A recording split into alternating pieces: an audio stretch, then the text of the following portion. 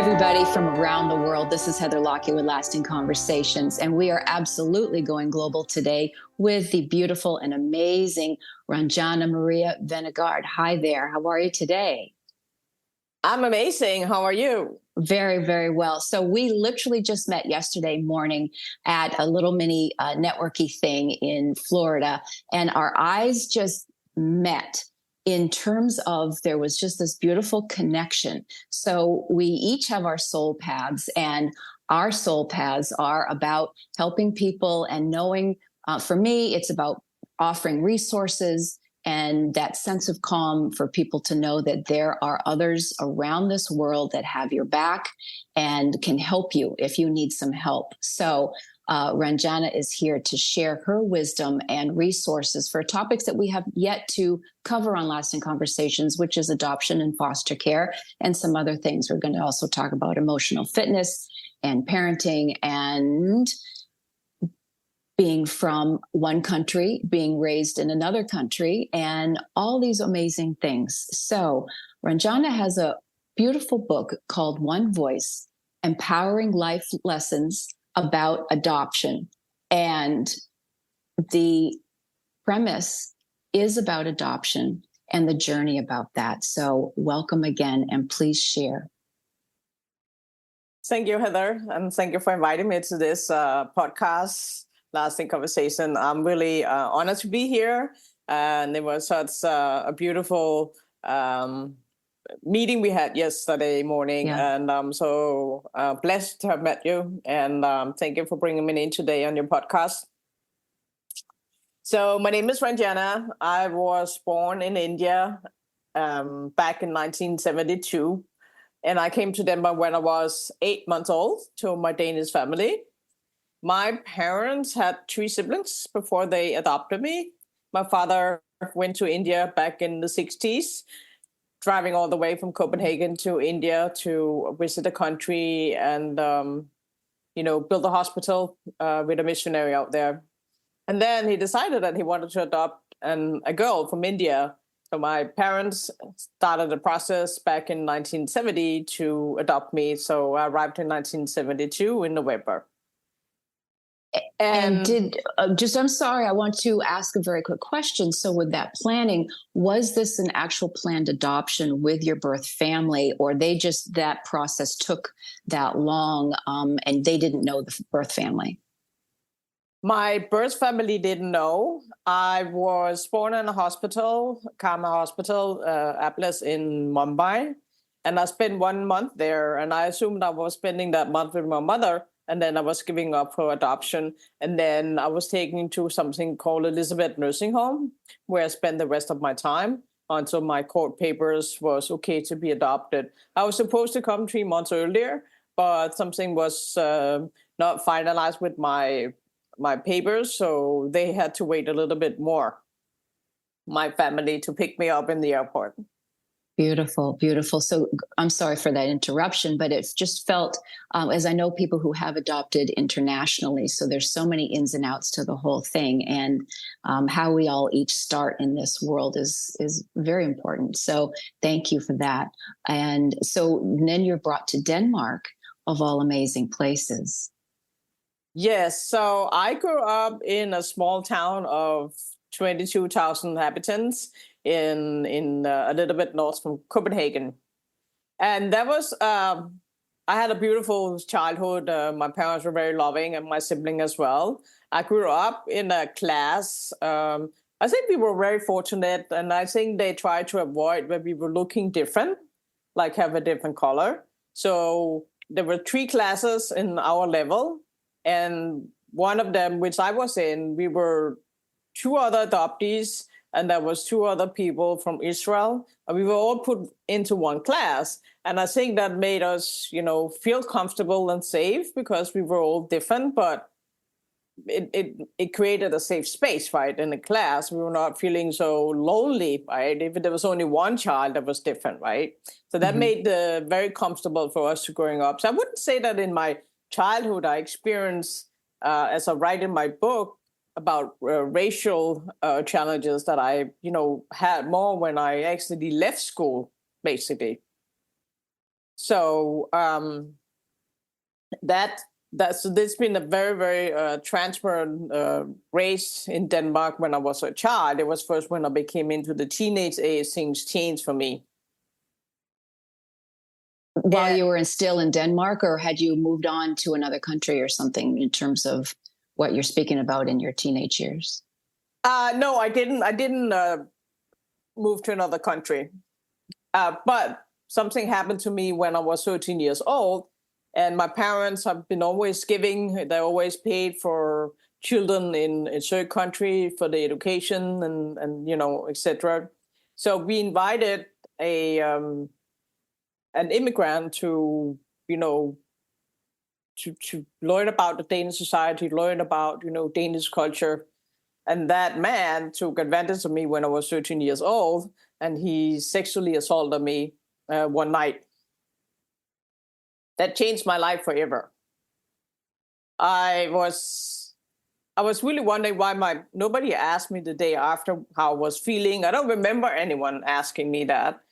And that created like a silent voice for me. And I was never taken to a psychiatrist, a psychologist to speak about it. And I was just feeling so ashamed and dirty. And, I didn't really know what to do or think and express myself. So it took me 40 years to speak about it. And did your family know at the time, or it really was a silent voice that nobody knew? Nope. When it happened that night, I ran. When I escaped, then I ran down and told my parents right away, and they took the guy away from the house. My father and my brother drove him to the town where he was, the immigration center where he was at, and dropped him nearby. And since we didn't hear anything about him, but nobody really talked about it ever since. I see. Well, at least he was out of that house, so I understand that context. And so after your 40 years, or, the continued journey of finding your voice and purpose and passion. Yeah. So I met, we know that life happens for a reason, right? Right. And back in 2010, I had an accident in Bangkok. While I was in pain, laying in my bed and couldn't move, they drove me around to the hotel in a wheelchair. I was thinking, there gotta be something more in life. There gotta be something deeper than just going to work every day, 7 days a week or 5 days a week, what we do. So I started exploring personal development, and my first mentor was Bob Proctor. Mm-hmm. And I took his coaching course, and that led me to my biggest mentor in my life, which was Tony Robbins. And that was back in 2013. And that opened up my whole soul to not only heal the wound from being sexually assaulted, but it also opened up to personal development and really dive into, who am I? Who am I today? Who can I become as a person? And finding the blessing in being adopted, because I was having all those thoughts and feelings being adopted. I had all the limiting beliefs, patterns that we can have as adoptees, like rejection, abandonment, that we take in our life in different life stages from, when we are a child, but also teenage age, when we're in school, when we, grow up, when we are in the 20s and 30s. So it opened up for me to see that it was a blessing. It was not a rejection, an abandonment. No, it's a blessing and gift to come into this life as an adoptee. Beautiful. So within the context of adoption and being an adoptive child, what are some of the things, and for people who are listening, and I'm sure you have these points in your book, but what are some of maybe the signs or sadnesses, if you will, questions even, that might perhaps present as, is there something missing? Is there something missing in me, or what has happened from the aspect of being an adoptive person? Yeah, so I think what is missing, I was born in 1972. At that time, there was no support system, right? There was Mm. not like an adoption. There was an adoption agency, but they had not built some kind of support system. So it was like, okay, this is your adopted child, you know. There was some count. They came visit us, you know, the first 3 years, but we didn't have like a daily contact to an adoption agent to really follow the process and Mm. ask questions. There were no support system. So parents at that time did not have the tools to actually know how to raise their children, how to speak to their children. I was giving untraditional love, but even that, I didn't love myself because I Mhm. was feeling the abandonment and rejection from my mother because she gave me up for adoption, right? I felt she didn't want me, she didn't like me, and for that reason gave me up. So when you are talking about giving birth to a child and you are taking the child away from the birth mother, it's creating a wound not only adoptees but also in the birth mother. So it even happens before the child is given birth to, right? Because there will be conversation. I have subconscious mind limiting belief based on the conversation my mother and my birth father had before she gave birth to the child. That created, you know, a subconscious mindset within me about who I am, what I am as an adoptee. But when you're taking away a child from their mother, it creates a wound, but also limiting beliefs of, you know, of not loving yourself. Because when when you are a parent and you're having a child, there's a nurturing love. We Mhm. don't get the same nurturing love. I didn't have that with the first 7 months of my life because I was in a nursing home. It was not the same love, nurturing love that was given by my mother when she got me in Denmark, right? Then I received the self-love and, you know, nurturing love from my mother. But it changed your life in different life stages, how it's going to affect you, you know, subconsciously. Mhm. Subconsciously, the way you think and feel. And you start thinking about, you know, I felt different, right? When it's international adoption Mhm. and the parents have a child that is having a different color, I felt the difference within my siblings. And that always made me not feel like whole, part of a family, because I felt different. I felt different the way I was thinking, you know, the way I was behaving. Like I was not like the same as my siblings at all, right? So it was first when I was asking myself all those questions, you know, why I'm coming, you know, why do I look different? Why do I have a different color than my siblings? I was asking my mother all those questions. And it was first when I went to India with my adopted parents, I actually could see the personalities I had and, you know, some of my things that I saw was very beautiful about myself, the way I was thinking. I could see that when I came to India because I could see how the Indian culture was. So Right. I could that was the moment where I started really accepting myself. And here I'm talking about self acceptance that we don't have as an adoptee because we don't love ourselves. You know, so this is also beautiful and fascinating. And I know each adoption journey is so very different. And so one of the things you're talking about is that core sense of being. And even if, say, our mothers, and that whether we're adopted or not, you know, where we are in our womb and our mothers, how they're feeling, it literally affects us. And there are research and medicine that can bear that out. So if we are kind of steeped in maybe shame and guilt or these things that are not joyful exactly, we carry that. So that's one piece. And as I know somebody who did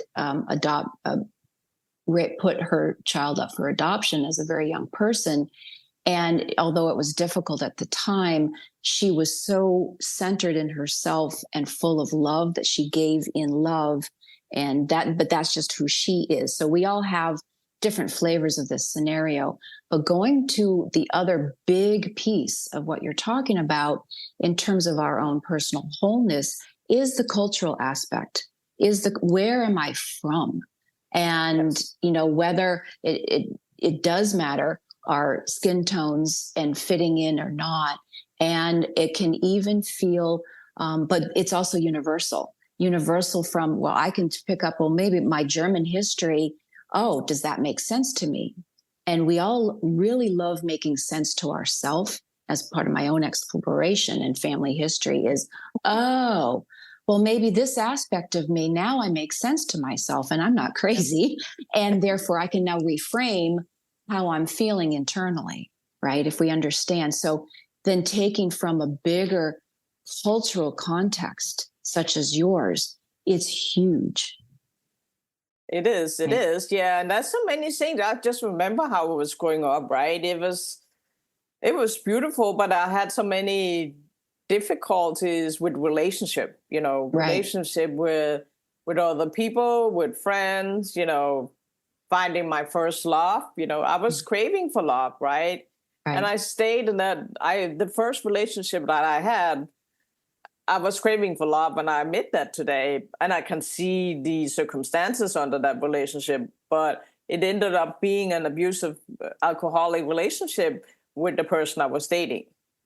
And I stayed there too much time because I was craving with so much for love, and I Right. was afraid to let him go because who else gonna love me the rest of my life, right? That was Right. my source that I was thinking at that time. So I ended up going to a psychiatrist because that was the only way for me to get out of the relationship.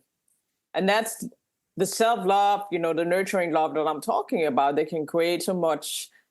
I would use the words damage because Mm-hmm. it create, more wounds within your soul to heal when things like that happen. And so, yes, and we'll just pause on that. Yes, these are the wounds that can be created. And I'll also circle back to what you were just saying and where are the gifts in that and where we get to learn more and more deeply about ourselves and our fellow human beings, really, with these things. So, going into maybe the emotional fitness and the blessings that are hidden behind these things. Let's speak to that. Yeah, so my journey with Tony Robbins have been taking me on a deeper, soul journey within Right. myself Right. and releasing and learning how to accept, the circumstances, but also the limiting beliefs and patterns that I have, but also self-confidence within myself. Mm-hmm. And today I had to learn about the limiting beliefs and really put words on them in order for me to actually heal from them, and really work. So I have done a lot of the tools that I use to heal from wounds as an adoptee is I use forgiveness, which is my major component that I incorporate in my coaching, Mm-hmm. is the Ho'oponopono prayer. I don't know if you know it, Heather. Absolutely. Yes. So that I learned back in 2016, Right. and oh no, sorry, it's 2013. I met when I met Tony on did a very very deep soul journey with him, a date with destiny that he has, and that just the forgiveness in the rejection and the abandonment, forgiving my birth mother of giving me up for adoption. I forgave her for all of Mm-hmm. that. But I have used the forgiveness process also in terms of the man that I was dating for the abusive relationship, but I've also forgave the sexual assault that I had when I was 13 years old. If you ever asked me 20 years ago or 30 years ago if that's something I would forgive, I would say no. Mm-hmm. It's just there's no words for what we're going through or what it creates for us when we experience things like that as a woman or somebody's being raped. It creates a wound for the rest of our life, and we will never forget that day.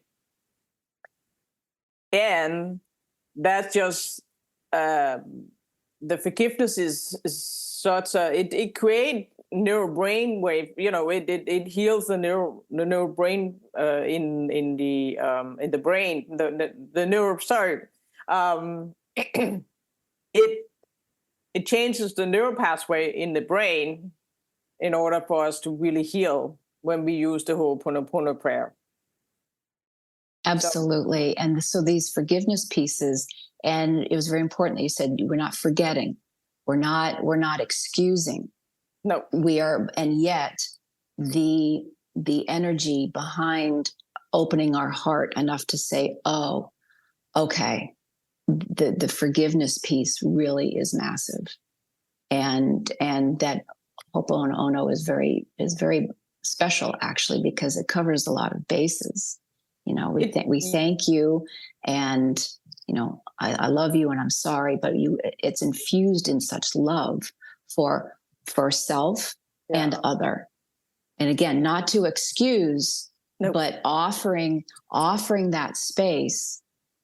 We were just mentioning it on the show the other day with Nelson Mandela. If we hold hatred and disharmony and dis-ease about the other, your jailer or whoever it is, then we're continuously going to be in our own jails, aren't we? Yes, and what I want to add to it is, if we can forgive, we can move forward. Correct. We break free. There's the freedom. The freedom. We're breaking to break free. That's we're breaking free from the pain and suffering we experience. That's right. And that's across the board. And we don't even have to be physically jailed, or even, the physical manifestations of abuse are horrific. And then there's the emotional and other facets of what jail can feel like, or where we feel disempowered and unseen and unheard, et cetera, et cetera. We can rabbit hole the whole thing. But these are all those mini jails and major jails, really. So in the forgiveness aspects and the other tools that I'm sure you'll talk about, those are our invitation. Those are the keys to unlock our very core, to remember our magnificence and empowerment and make fresh decisions, right? That's where we can walk on and walk in light and know that we're okay, and let other people go on their own way. Exactly. Yeah. And also, but we will really unlock our true potential, right? Because we become our true self, right? We build up the self-acceptance that we need, because it's taking away from us, right? To accept ourselves in that way, that accept that it happened, actually. And then we can actually move forward with the forgiveness. Right. Without we're not trying to eliminate what happened, like you were saying, but we just try to move forward, with the best potential and unlock the future, right? Absolutely. So speaking of future, which is your present right now, what is it that you are doing, and what is your passion right now? Is it you've been a coach, and you've worked with a motivator for adoptive families, foster care, et cetera, et cetera. So let's bring it into, what is it that is jazzing you right now? So what's jazzing me right now is that I came back 2 years ago from a Tony Robbins event, and I was trying in California, and I was thinking, Tony's a big mentor for me, right? And he impacted millions of lives, through his 50 years of teaching what he's teaching. And I was thinking, if I want to do one-on-one coaching for the rest of my life, I'm not going to impact enough lives in my life. So I was thinking out of the box. I was thinking, how can I impact the world on a much higher scale that I want to do by collaborating with other people? So therefore, my thoughts and desire is to create an emergency call center for adoptees here and foster care here in the United States, where they have a support system. They will, it's going to be a place where you can find all the adoption lawyers, psychiatrists, counselors, but it has to have an emergency call number where they can get the support that they need.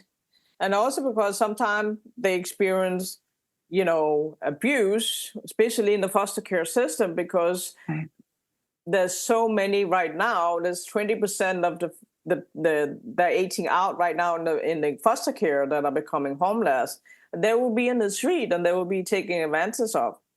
Most of them are actually becoming sex trafficking children today to survive their daily life. Well, there's something. Let's just talk about this for a little bit. And there's another person that we met yesterday that she works with people on the street and the sex trafficking, and that whole side of life that is.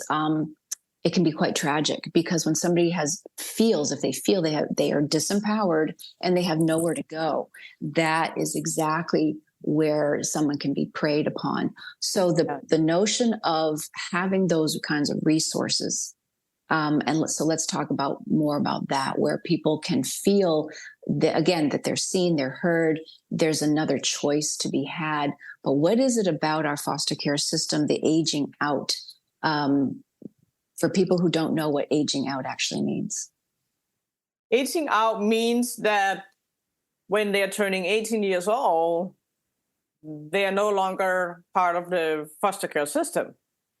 So if you don't have a foster care family that's helping them or taking care of them, they will be aging out or not getting any more support. Right. Yeah.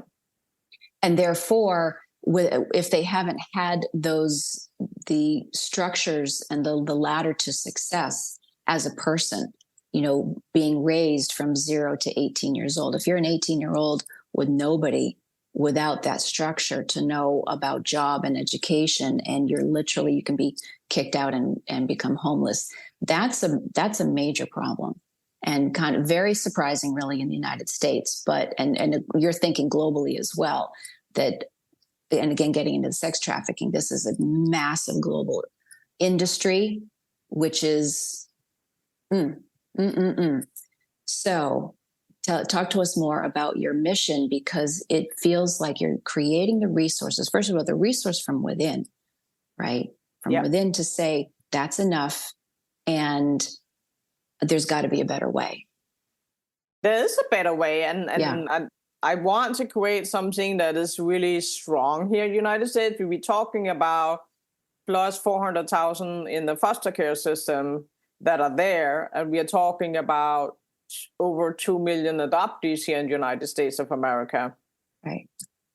And I have talked to many different, adoptees and foster care parents, and they all express the same thing, and they say there's no support system, right?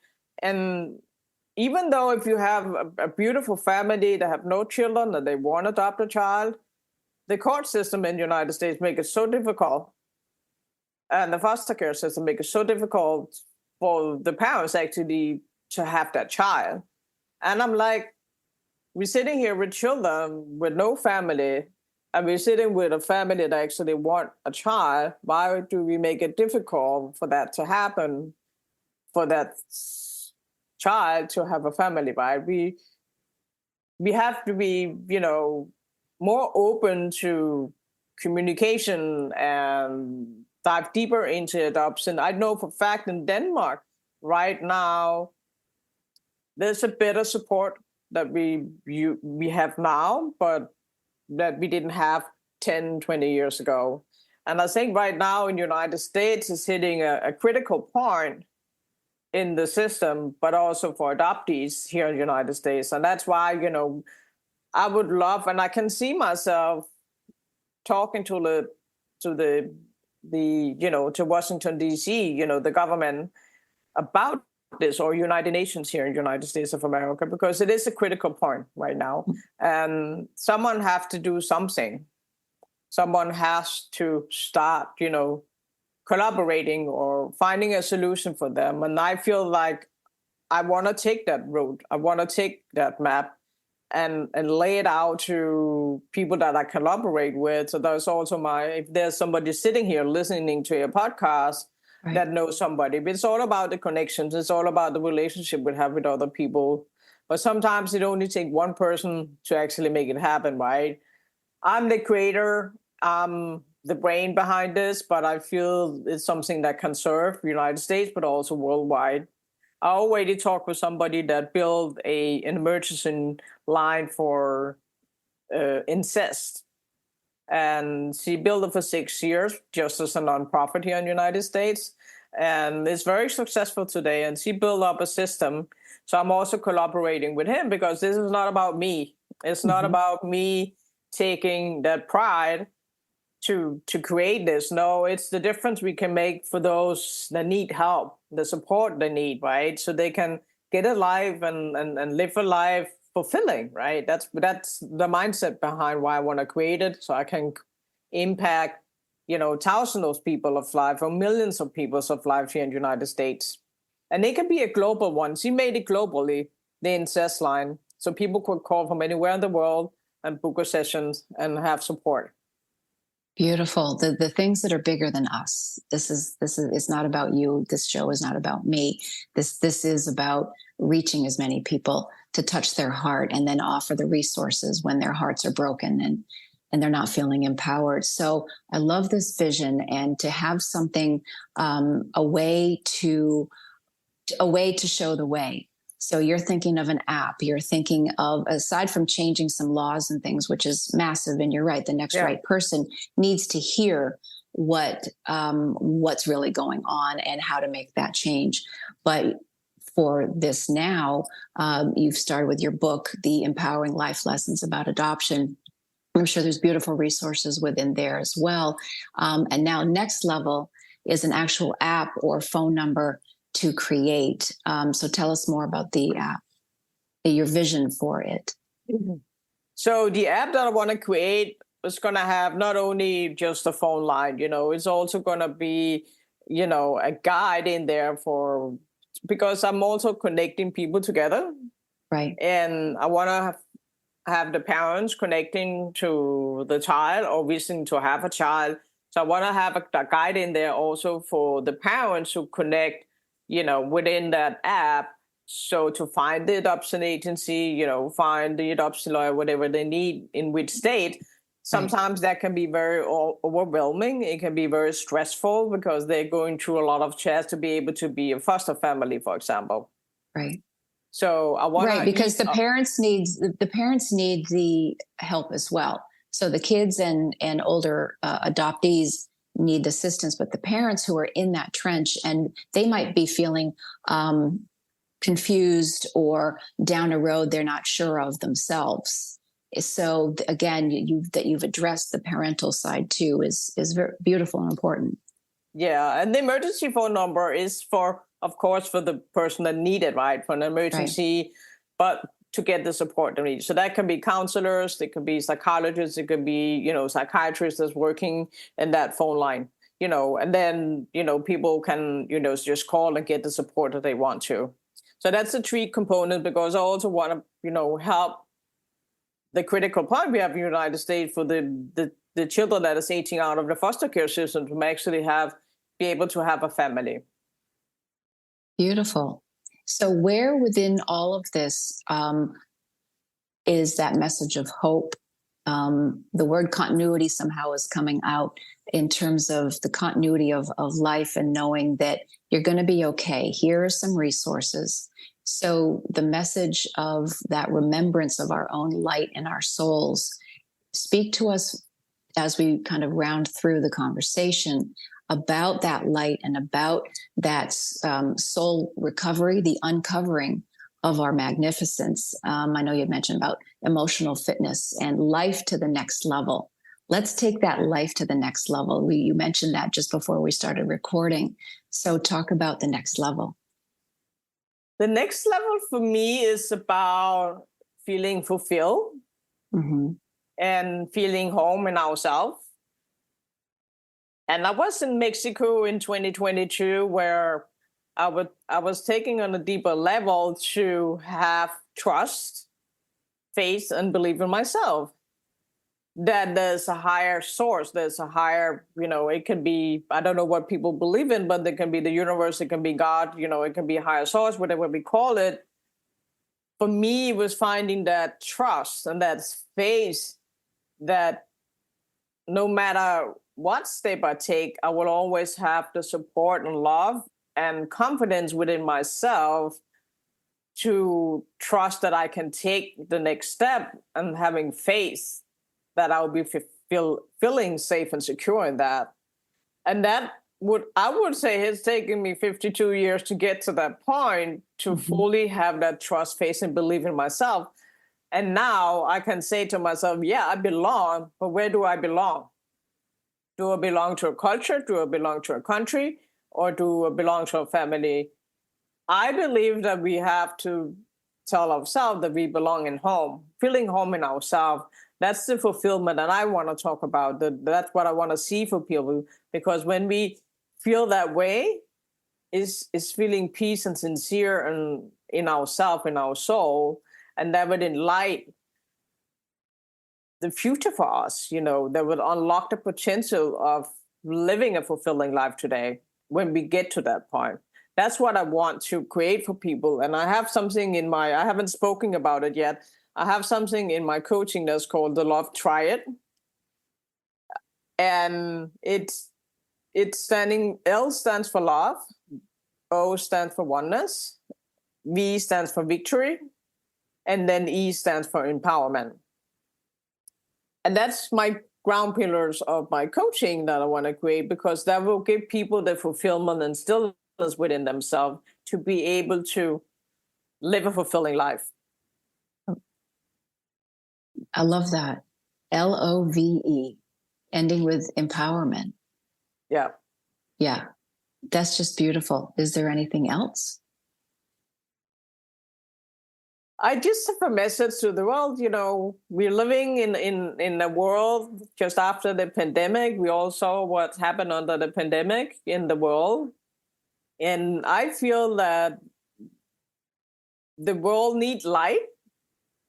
And the more people that can be the light for humanity, the better the world will be. And my quote is to end this beautiful podcast here today is to be the change you want to see in the world. And I live it, I breathe it every day, and that's who I am and who I became. And that's the difference that I want to make in the world. Perfect. And the phrase might seem cliche, but it's literally the core of everything. We are that, right? Yeah. It's not the next savior of the world. We are that. And so beautiful folks like yourselves are offering you're offering your light and love and understanding, and then resources for people that are feeling a certain way and aren't ready quite yet, or maybe they are ready. That's just it too. People who are listening to this show, if you're listening, you know that you are ready. If you're needing to break free of aspects of yourselves that are holding you back, this is why you're even listening here and not some other show. But Ranjanna, thank you so, so much. And I know we really could keep talking, because when we get to this broader level, I know I joked with my friend Peggy, who's on the previous show, we get to that wordless space, right? The space where everything is possible. I think you've worked with Dr. Joe Dispenza as well. And, you get to that field, of capacity and love and enjoyment. So, but can I add something? And before we end, please do. I know there was something else. I know we're rounding finish line, but I knew it. Thank you. Please go. Yes. So I have a saying, or it's not only me that's saying that. The saying is actually coming from different kind of mentor. Is that when the student is ready, yes, the teacher will appear. Correct. And what I mean by that, for my own case, and an adoptee, it means that you're ready to take the next step when you're ready to open that part of the chapter of your life to go to the next level. So speaking about the next level is also by being ready. But for somebody that is not ready, I'm only able to help them to a certain point. Yep. And then I have to wait, or they have to wait till they're ready to open up for the next level in life. Right. And people say to me, oh, you've been to 38 events with Tony Robbins, but every time that I go to an event, I peel off another layer within myself that is ready to go. Yep. And let go of. Yep. So the power of letting go is, when we're ready to let it go, and it will come. We will be ready. I can share that because and it's a powerful piece that happened 2 months ago, was that I was injured with a second and third degree burn. the reason why it happened was I released something 3 days before that had something to do with my math teacher in school. And he was discouraging me in school, but it affected actually my financial part of my life, which I wasn't aware of, that he created something in my subconscious mind that was not able to. I was always feeling, adoptees can feel that I'm not enough, but I was always feeling that I was never having enough, or I was afraid not having enough. So that day, I released it 3 days before, but when the burn happened, it happened because I wasn't able to open up or release the anger that I had in my life for all the things that I've been experiencing in life. Right. So that's important thing, that we suppress the anger because we're not able to speak up. But I wasn't able to release that anger before 2 months ago because there was so much in it. I didn't speak for 40 years. So I had suppressed the anger and not being able to speak it for 40 years. But that came out 2 months ago. And that's why I was being able to heal from it. I'm still healing. It's still part of my journey. I'm releasing the anger right now, but by the forgiveness. There you go. So I just wanted to add that last piece into this. But, when the student is ready, the teacher will appear. Or it's so true. Yeah, or we can release the trauma or the wound, who they have. Correct. Absolutely correct on all counts. It's so true. And as people who are helpers or coaches or teachers or mentors, we know that if the student isn't quite ready, it's not for us to ram something down somebody's throat. And, we can see perhaps where we've tried. And that's a whole different story about boundaries, et cetera, et cetera. But it is just a beautiful way to be mindful of knowing, okay, this is now their time. Maybe they need to digest something, or maybe they're not ready. Maybe they have to wait a whole nother lifetime. Maybe it's not even in this lifetime that they can do this, what they think that they're ready for. But the people that you're working with and that I'm working with, when you're ready to be ready, and to go to that next level, whatever that level might be. And we may not even know what's around our corner, but the universe has our back. And it goes right back to the beginning of what you were saying about no accidents, and I'll add that we can be grateful for all of these moments, even whether it's a burn or this. What is it teaching me?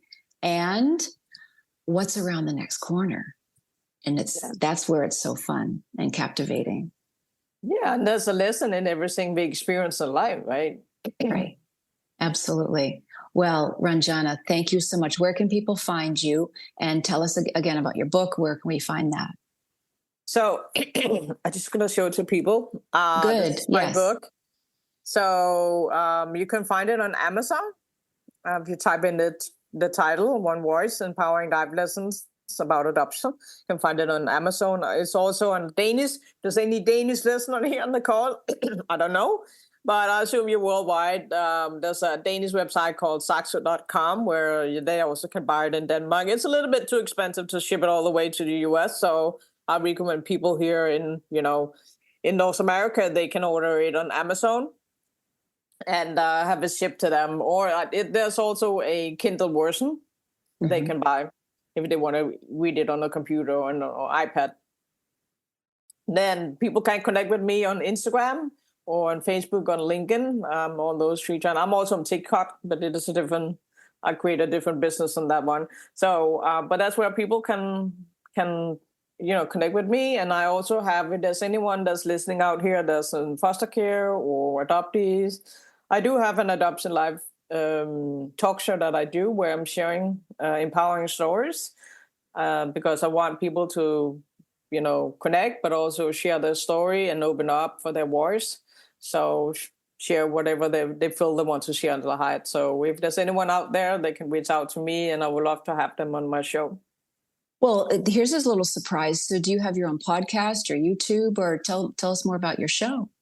I started up a couple of years ago. While I left Denmark, I started up having a weekly Adoption Live talk show on every Thursday.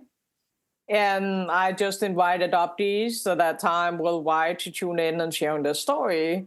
And I record it afterwards. It's live on Facebook, but not Okay. afterwards I record it and upload it on YouTube. Great. Unfortunately, Facebook started to create a lot of rules about how we speak, what we speak about. So I can't speak about racial, I can't speak about sexual abuse or assault for that case, that they will stop my video. So it can't be shown. So right now I'm rebranding my Adoption Live talk show. I think I'm going to turn it over to YouTube instead of, and just do live YouTube videos instead of, and do my Adoption Live talk show there. I am in the process of building a podcast, and I'm probably going to launch it within 1 to 3 months from now on. So, but until that, it will be a very organic, conversation on YouTube where we can share stories. Beautiful, beautiful, beautiful. And we're going to have all this information in the show notes. So people listening, you can see it in writing where to find Ranjanna. So thank you once again. What a beautiful, beautiful episode. And it's so beautiful because we traverse some very scary topics that in such a light way. And I mean light, I won't get off topic. I'm just saying it's beautiful because it's from that resonant heart. And again, there's a way for everybody, and everybody can find their way. Yes. Yes. Thank you. And thanks again for listening, everybody. Please be sure to like, follow, review, and share this show. This is Lasting Conversations. We get to the heart of everything.